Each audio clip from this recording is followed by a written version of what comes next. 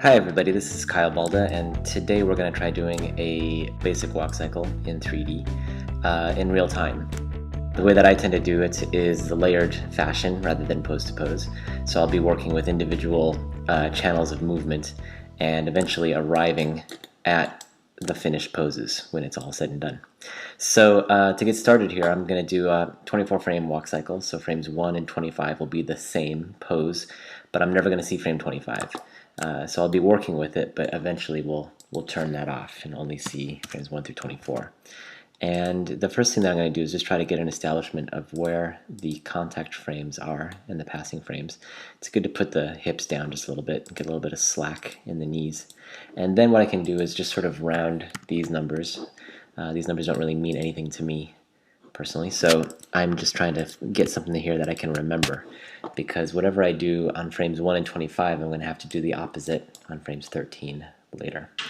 So there's frames 1, here's frames 25, just saving the keyframes. I'm including the up and down movement because I want the feet to be locked on the ground, so the pose is already good there.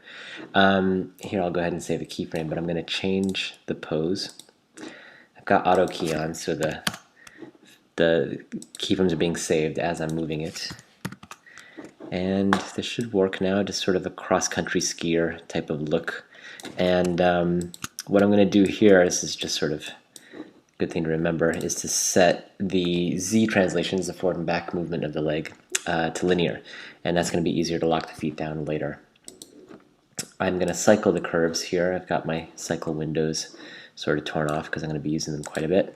And there we have the first part of the walk cycle. So the next thing to do is just try to figure out when's the passing frame, when is the foot off the ground, the halfway mark between the two contact frames. And this foot's going forward, so I'm just going to save a keyframe, again just rounding it up. Whatever's happening at frame 7 for one foot is going to be happening at frame 19 for the other foot.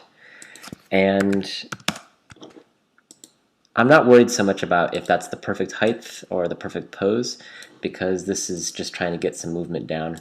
I always think of it as if you're sculpting or something like that, you're just trying to get the clay on the table right now. You're not really worrying so much about if it's the perfect form and figure of the sculpture. Now that I have this worked out, contact frames and passing frames, it's good to go into the hips.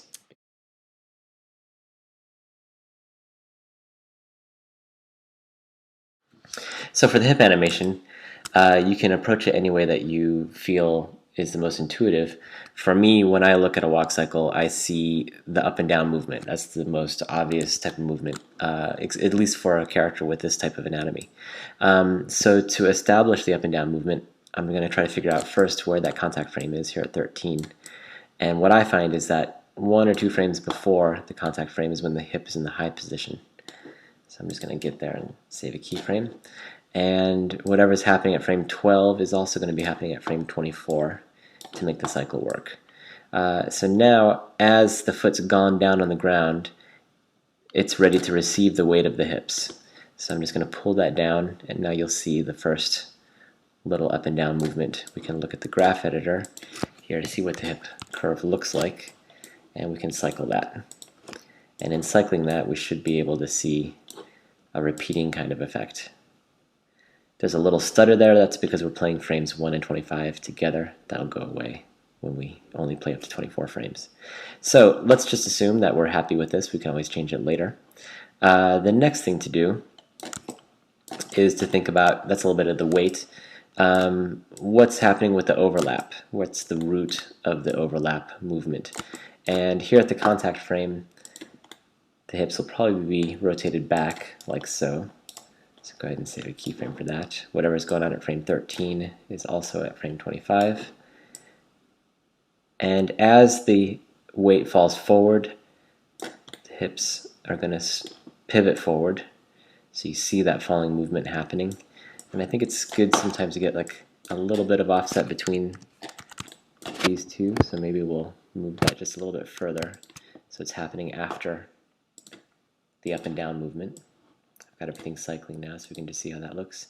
And it's really exaggerated, so I'm just going to pull back on that a little bit just by scaling this slightly.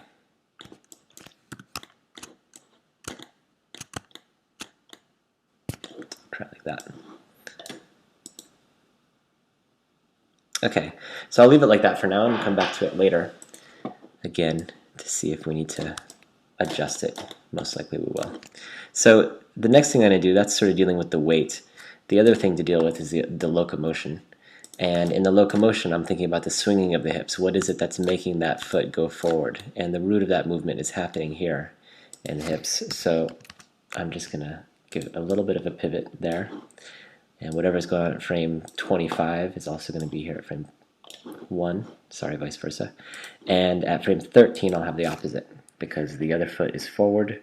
So minus 15. We can see what that looks like.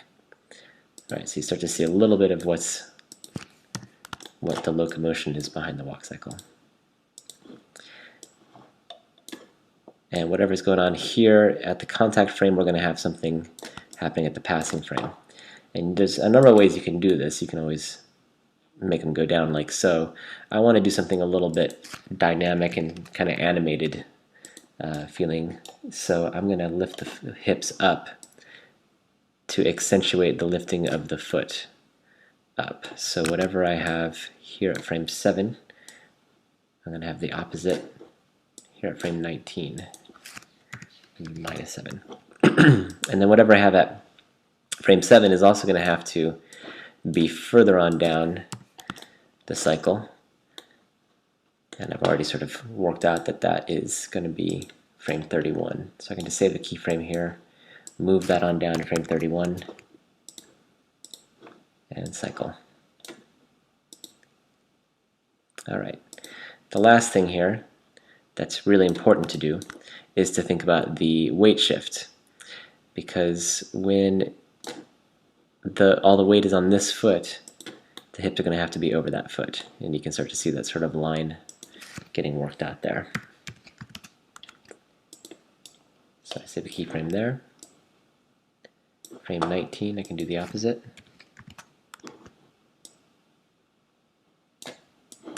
And then same type of thing.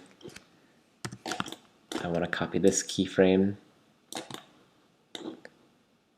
and move it on down to frame 31.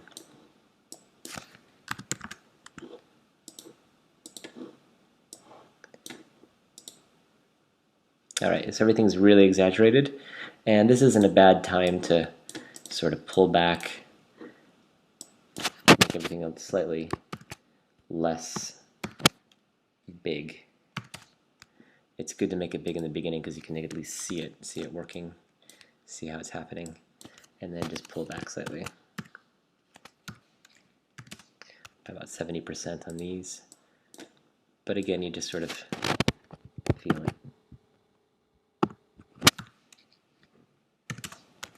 See what that looks like. So he's a little bit bouncy. Maybe we could pull back on this a little bit.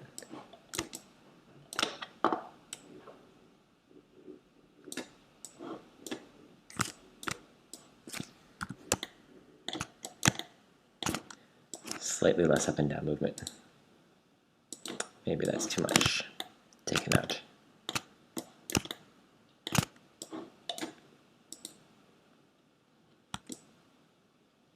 Okay, so that's probably good enough for now. We can always come back in and polish up what's going on the hips, but it's enough information about the movement to let us move now into the feet.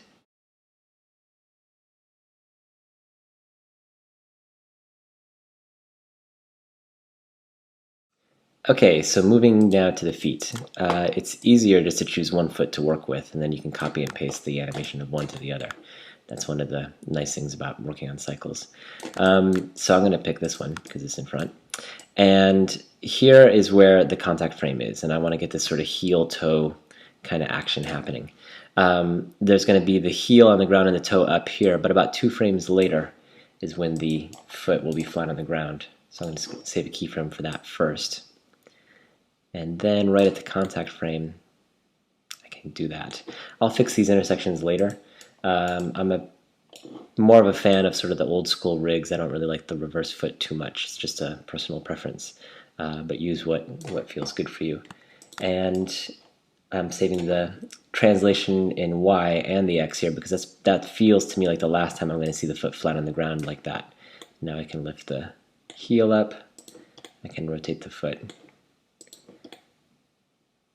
Now there's some advantages to using the reverse foot setup to do this, but those advantages give you some disadvantages in other areas. I just find this to be the lesser of two evils. So there you go. That's the first part, and it doesn't really feel like it's got a lot of thrust to it. And part of what happens here is that once you lift up the foot right there, you lose a little bit of what makes it push off the heel, push off the ground. So if I grab these curves here and move them back, I can reestablish a little bit of the thrust of the foot there. Then what I also need to do is once the foot's in the air, it's better to give it a little bit of hang time. So what I initially did by using these linear curves here when the foot goes flat on the ground works in that moment, but when the foot's in the air, it doesn't work as much. So I'm going to break these, make them flat tangents like that, and even give the foot a little bit more hang time here in the back.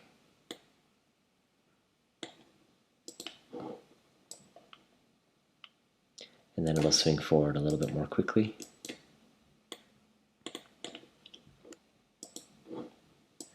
Same thing here with the rotation of the heel. Let it even overshoot a little bit. That means we're going to have to fix these so that when we cycle the curves, there's not going to be like a bump right there.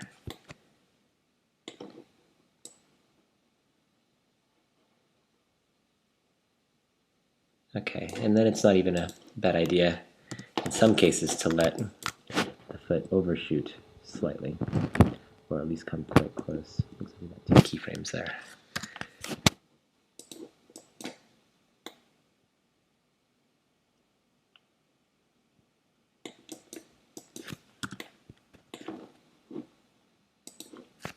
And that also means that the toe can come up a little bit here.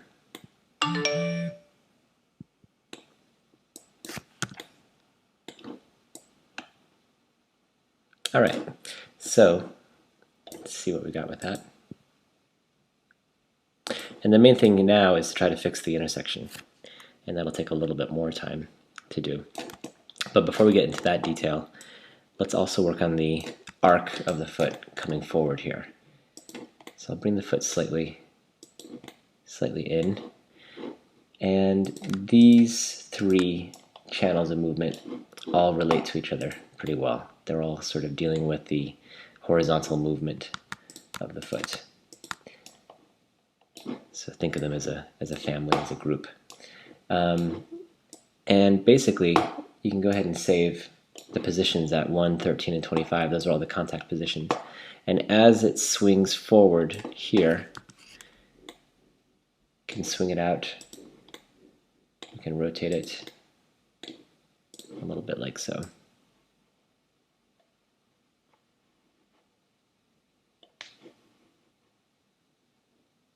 All right.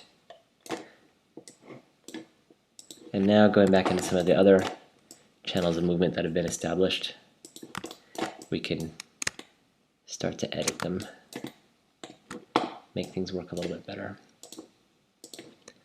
This is going to need to be more smooth.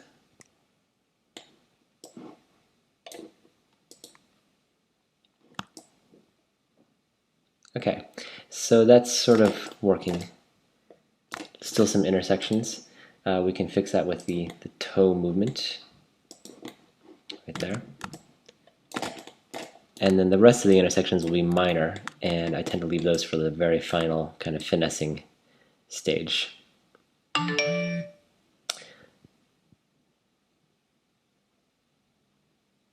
Alright, so I'm going to save a keyframe here where the toe should be locked down, and then just correcting it. That's all the pressure that's being built up in the toe. And then here, a little bit of drag. And then back to 0.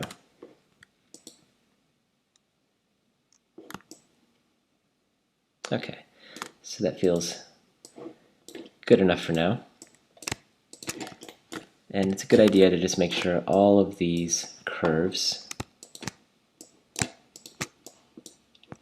are cycling, because what we're going to do is copy and paste all the animation from this foot onto this foot. So I'll switch over to the dope sheet, and I'm just going to delete all the animation that I've made for that one foot, because I can now copy and paste it. This is the good foot here.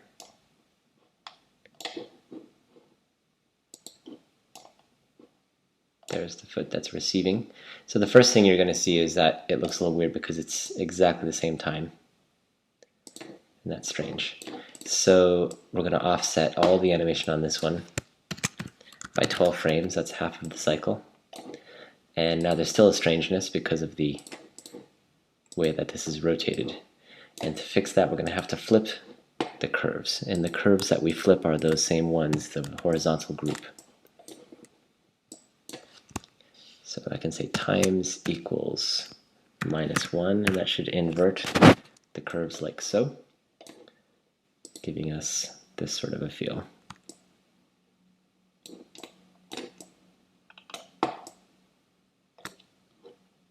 And now I'm going to leave the lower body and move up to the upper body and get that worked out.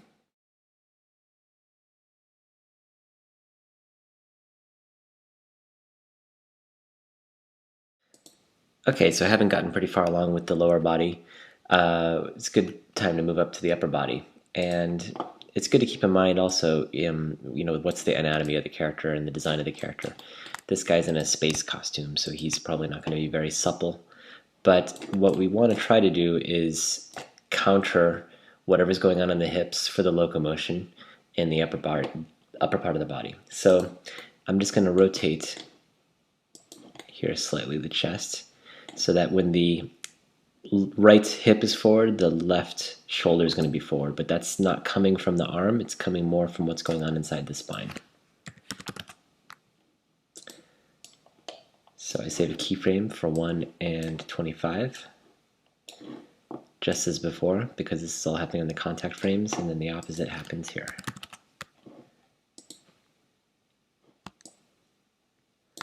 Same thing happens, getting some opposition in the Z rotation of the hips and trying to get an opposite type of feeling happening there. And probably even just stabilizing him is going to be okay, so he doesn't feel too overly loose. But again, that depends a lot on what the style of the character is. So taking a look here in the graph editor, same type of thing, copy and paste this keyframe here and send it off onto frame 31. Now we can grab all these curves and we can cycle them. I've lost my cycle windows, so I'm going to have to open them up again.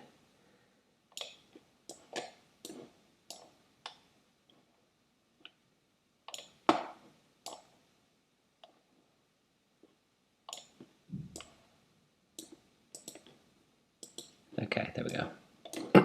I'll just move those out of the way. And he feels a little bit too big in the Z rotation. So I'm just going to come back on that a little bit.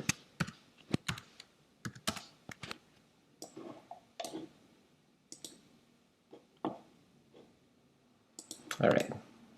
And we'll do a little bit of overlap. A little goes a long way, so try not to overdo it. Basically, as he's falling forward, just a little bit of drag in the spine.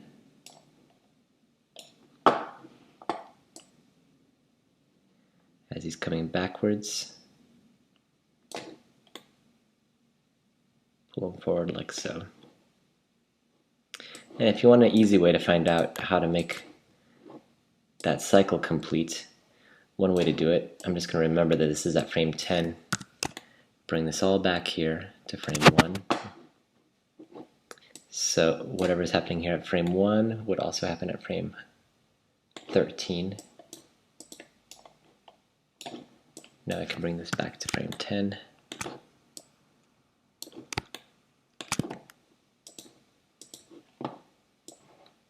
It's always good to check just by checking that frames 1 and 25 are the same, so when you go back and forth between 1 and 25, there should be no change happening on screen. So there's a little bit of overlap. And now it's probably a good time to just change that to 24 just so you can see how it feels without playing 25, which is the same frame as frame 1, so you're not going to see the same frame twice. Okay. Now going into the head, this should be very, very simple. I just want to correct him so that he's looking forward. Like that, 4. Same thing at frame 25. Back to 13, -4. And I'm probably not going to do too much of the Z, maybe not at all, just because it starts to feel a little bit too fluid for a spacesuit. But probably can do a slight amount of overlap with the head. Same thing, so as it's going up, just going to drag the head down a little bit. Whatever's going on at frame 11 will also be at frame 23, pretty sure. And then as he's dropping down there,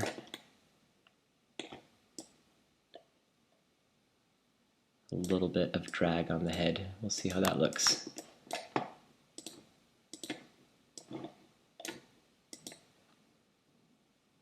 And it's probably just a little bit too much.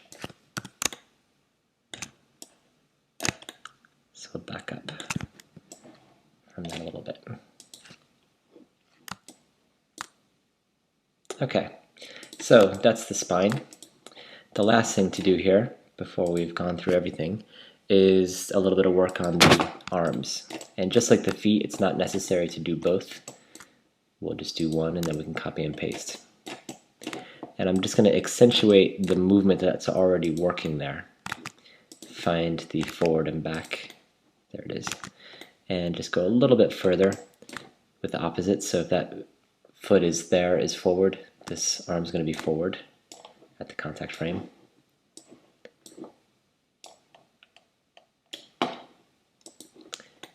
Frame 13, just bring it back slightly. Now we got a little bit of arm swinging. Work down the hierarchy so that we can see what it feels like if the elbow bends. And then it will straighten.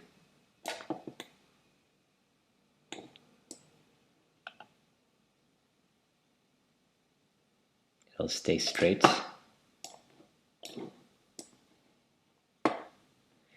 And we can just try to figure out what that would look like in the cycle. Same technique here. This is frame 6, so I'll try to remember that. And I'll just copy whatever it is here to frame 25. And then I can move this back to frame 6, offsetting this whole cycle and cycling it. Giving us that feeling of drag. I don't like this ever being too flat, just keeping things moving a little bit, even if it's just the slightest little push. We're probably not going to see too much of a difference. And maybe I can make this all a little bit straighter.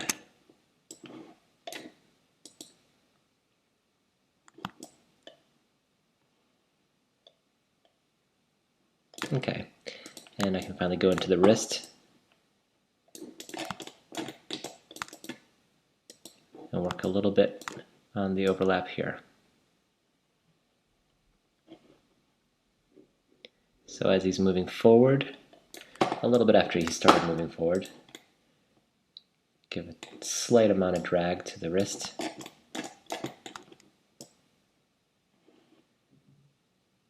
And the opposite there.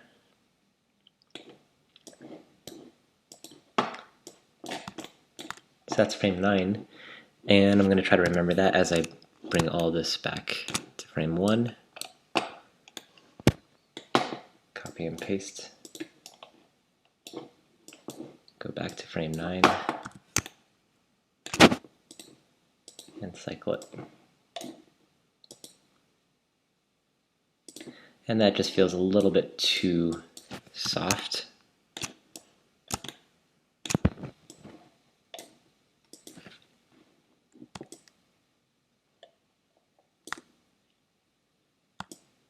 All right, so the easiest thing here to do is to copy and paste all of these controls onto all of these controls. And that's what's good for the dope sheet. First I want to make sure everything is cycled. Then I can switch over to the dope sheet, copy and select these, and paste. Same type of thing as before. I have to offset all of these curves by half of the cycle. It's 12 frames.